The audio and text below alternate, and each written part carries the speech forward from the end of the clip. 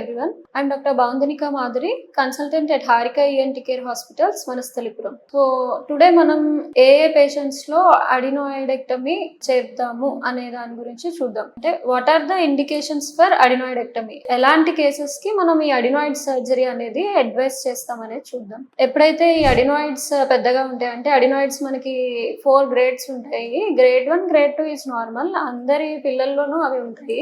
But cold అయినప్పుడు మాత్రమే అవి సైజ్ అనేవి పెద్దగా అయ్యి పిల్లలు ఇబ్బంది పడతారు అనమాట. సో ఎప్పుడైతే ఈ adenoids grade 3 to grade 4 sizes, అంటే ఆల్మోస్ట్ 75 to 100% ఆఫ్ ద నేసోఫారింగ్స్, ముక్కు వెనకాల భాగాన్ని ఆక్యుపై చేస్తాయో అలాంటి కేసెస్ లోనే మనం సర్జరీ అనేది అడ్వైస్ చేస్తాం. సో యూజువల్ గా మొత్తం నేసోఫారింగ్స్ అంతా అడినాయిడ్ టిష్యూతో ఫిల్ అయిపోయినప్పుడు పిల్లలకి సివియర్ గా గురక రావడము, రాత్రి పడుకునేటప్పుడు ఊపిరి తీసుకోవడానికి ఇబ్బంది ఉండడము, నోటితో గాలి తీసుకోవడము, అండ్ ఇట్లా సివియర్ రిపీటెడ్ అడినాయిడ్ ఇన్ఫెక్షన్స్ వల్ల మనకి ఏదైతే నోస్ నుంచి ఇయర్ కి యూస్టేషన్ ట్యూబ్ ఉంటుందో ఆ ట్యూబ్ అనేది బ్లాక్ అయిపోతుంది. క్లోజ్ అయిపోవడం వల్ల రిపీటెడ్ ఇయర్ ఇన్ఫెక్షన్స్ కూడా వచ్చే అవకాశం ఉంటుంది చిన్నపిల్లల్లో. ఈ రిపీటెడ్ ఇయర్ ఇన్ఫెక్షన్స్ ఉన్నప్పుడు కూడా మనం ఈ అడినాయిడ్ సర్జరీ అనేది చేయాలి. అండ్ ఇంకొకటి, ఈ అడినాయిడ్ సైజ్ చాలా పెద్దగా ఉండి పిల్లలు బాగా ఇబ్బంది పడుతున్నారు నిద్రపోవడానికి అంటే అప్పుడు కూడా చేస్తాము. అండ్ ఈ అడినాయిడ్స్ వల్ల పిల్లలు ఎదుగుదల, గ్రోత్ ఇన్హిబిట్ అవుతుంది అండ్ యాక్టివ్ గా ఉండరు, వాళ్ళ స్కూల్లో పర్ఫార్మెన్స్ డిక్రీజ్ అవ్వచ్చు. ఇలాంటి ప్రాబ్లమ్స్ కూడా ఆ పిల్లలు ఫేస్ చేయొచ్చు అనమాట. అండ్ ఈ క్రానిక్ అడినాయిడ్స్, అంటే ఎప్పటి నుంచో అడినాయిడ్ తోని ఇబ్బంది పడే పిల్లల్లో ఈ ఫేషియల్ ఫీచర్స్ అన్ని చేంజ్ అయిపోతాయి. ఈ పళ్ళన్ని దగ్గరగా క్రౌడెడ్ టీత్ ఫామ్ అవడము, ప్యాలెట్ అంతా హై ఆర్చ్, అంగిలి పెద్దగా ఫామ్ అవడము, కొంతమంది పిల్లల్లో స్పీచ్ డిఫికల్టీస్, మాటలు మాట్లాడడానికి కూడా వాళ్ళు ఇబ్బందిని ఫేస్ చేస్తారనమాట. సో ఇలాంటి కేసెస్ లో కూడా మనం అడినాయిడ్ సర్జరీ అనేది అడ్వైస్ చేస్తాము. రిపీటెడ్ గా కోల్డ్, కాఫ్, ఇవన్నీ frequent upper respiratory tract infections వచ్చి పిల్లలు ఇబ్బంది పడుతున్నప్పుడు కూడా మనం ఈ అడినాయిడ్ సర్జరీ అనేది చేస్తాం.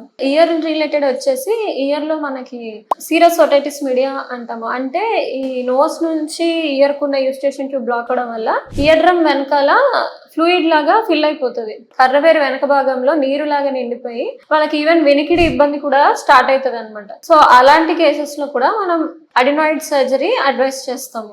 సో యూజువల్ గా అడినాయిడ్ సర్జరీ టైప్స్ ఉంటాయి. సో మన కోల్డ్ స్టీల్ టెక్నిక్స్, ఫస్ట్ వచ్చేసి మనం ఇంతకు ముందు ఈ క్యూరెట్స్ అంటాం, అడినాయిడ్ క్యూరెట్ తోని రిమూవ్ చేస్తాము. ప్రీవియస్ గా అంతా మనం అట్లనే చేసేవాళ్ళం. బట్ యాజ్ ఆఫ్ నౌ ఇప్పుడు అడ్వాన్స్డ్ టెక్నిక్స్ వల్ల రీసెంట్ గా కోబ్లేషన్ అడినాయిడెక్టమీ అనేది చాలా మంది పిల్లల్లో అదే చేస్తున్నాము. ఇప్పుడు కోబ్లేషన్ అడినాయిడెక్టమీ చేయొచ్చు.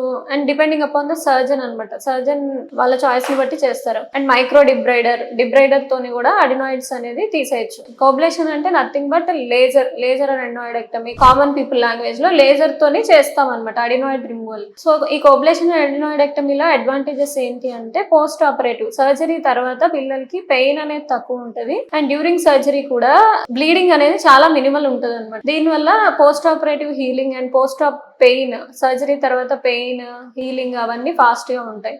Nowadays we are doing coblation adenoidectomy in every children. So post operatively వాళ్ళకి ఇమీడియట్ పోస్ట్ ఆప్ వచ్చేసి liquid diet, ice cream diet అవన్నీ సజెస్ట్ చేస్తాము. దాని తర్వాత ఈ మన గార్గిల్స్ సజెస్ట్ చేస్తాము, బెటడిన్ గార్గిల్స్ ఇలాంటివి. అండ్ దాంతో పాటు సిమ్టమాటిక్ గా యాంటీబయాటిక్స్ అండ్ పెయిన్ కిల్లర్స్ ఇవన్నీ పోస్ట్ ఆపరేటివ్ ట్రీట్మెంట్ లో ఉంటది. So this is how we treat adenoidectomy and these are the indications for అడినాయిడెక్టమీ.